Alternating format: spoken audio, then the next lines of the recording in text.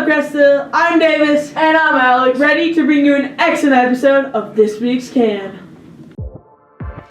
Our voice, our school, our story. It's time for Cann, Cresthill. Up first, we have Student Profile, where we get to learn about Mykhail Woodard. Then we go to Community, where we get to learn about the spelling bee and who won.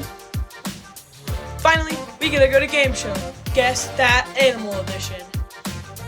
And much, much more coming up on this week's Cann. For our first segment of this week's Cann, let's go to sports and athletics. What's up, Cresthill? My name's Jackson, and today we're going to be learning about how sports can improve your physical and mental health on this special episode of Sports and Athletics. Sports helps with your mental health because, number one, you get to be around other people, so you're socializing, you're moving around, which is great for your brain, and the endorphins that you get really help to keep you mentally stable. Athleticism can improve your mental health by working out and just staying healthy.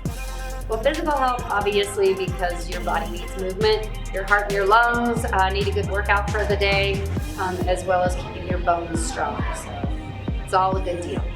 It can improve your physical health by working out, and it can help your body's movement so you can do more stuff. Wow, I should really join a sport, and you should too. Well, that's it for today. I'm Jackson, signing off for Sports and Athletics. For our second segment of the week, we're going to go to Student Profile, where we're going to learn about our very own Cresthill Cougar. What's up, Cresthill? On this segment, we're going to do Student Profile.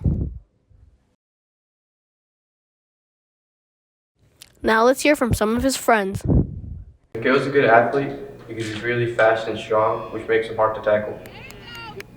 Really nice, and he's also funny.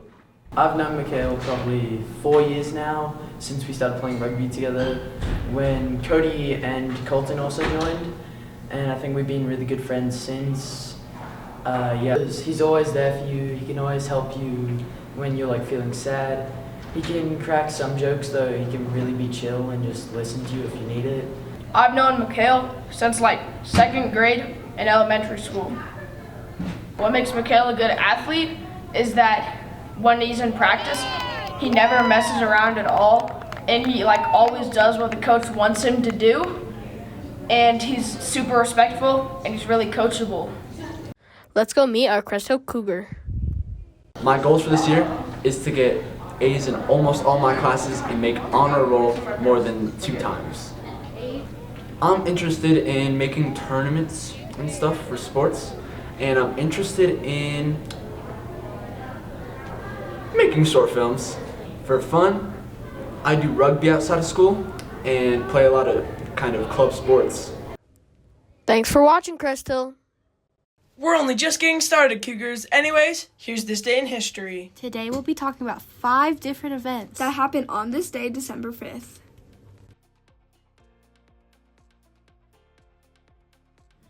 In December 1945, 5 U.S. Navy torpedo bombers, collectively known as Flight 19, mysteriously disappeared while on a routine training mission over the waters of the Atlantic. In the area dubbed as the Bermuda Triangle, the squadron, consisting of 14 airmen, had departed from Fort Lauderdale, Florida, but soon became disoriented after a report of a compass malfunctions and worsening weather conditions. Despite the extensive search efforts, no trace of the plane or crew was ever found, and even a rescue aircraft sent to locate them vanished within its own crew. Deepening the mystery of the disappearance of Flight 19 quickly captured the public imagination, fueling the speculation of supernatural forces, magnetic anomalies, and other unexplained phenomenons in the Bermuda Triangle.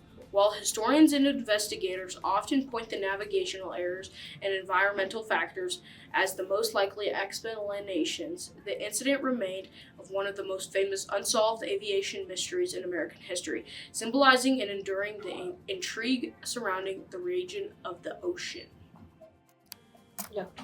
Prohibition in the United States officially came to an end in December 1933 when Utah became the final state needed to ratify the 21st Amendment.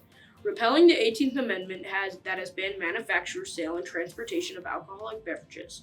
This historic decision closed the chapter on a nationwide experiment that had lasted nearly 14 years, during which time species, bootlegging, and organized crime flourished as Americans sought ways around restrictions.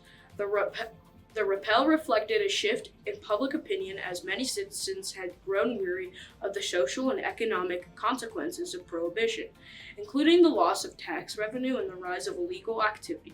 Utah's ratification provided the decisive vote, restoring legal alcoholic sales across the country and marking a turning point in American society where regulation replaced outright bans and the federal government acknowledged the limits of legislating morality. Thanks for watching, Cougars. This is Addie and Eiley signing off for Cann. Now, let's go to community.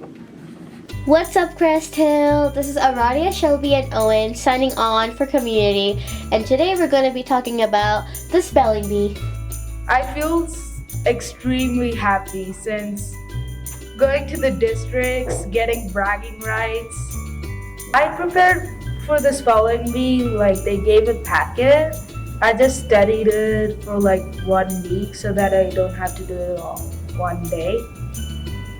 It was really nerve-wracking. Like I was so frightened every single second, but at the end it went well. Yes, I'm happy I made it to the spelling bee. Went pretty good. I tried pretty hard. I didn't make it to districts, but I tried really hard.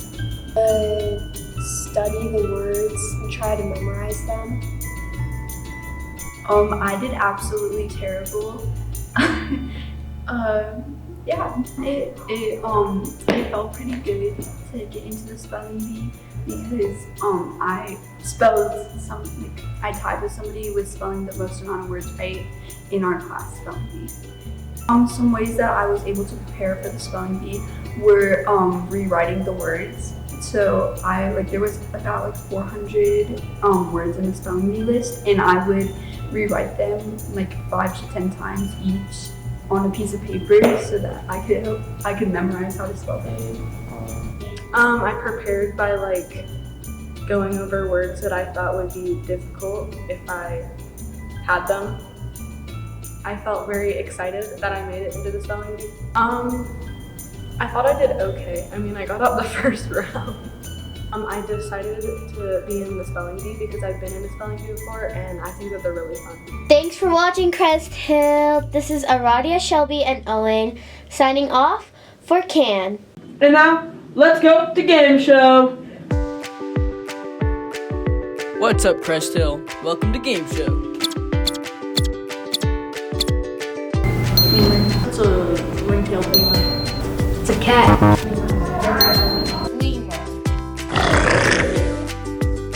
Crocodile. Alligator. Crocodile. Capybara. That's a capybara. Capybara. It's a capybara. Capybara.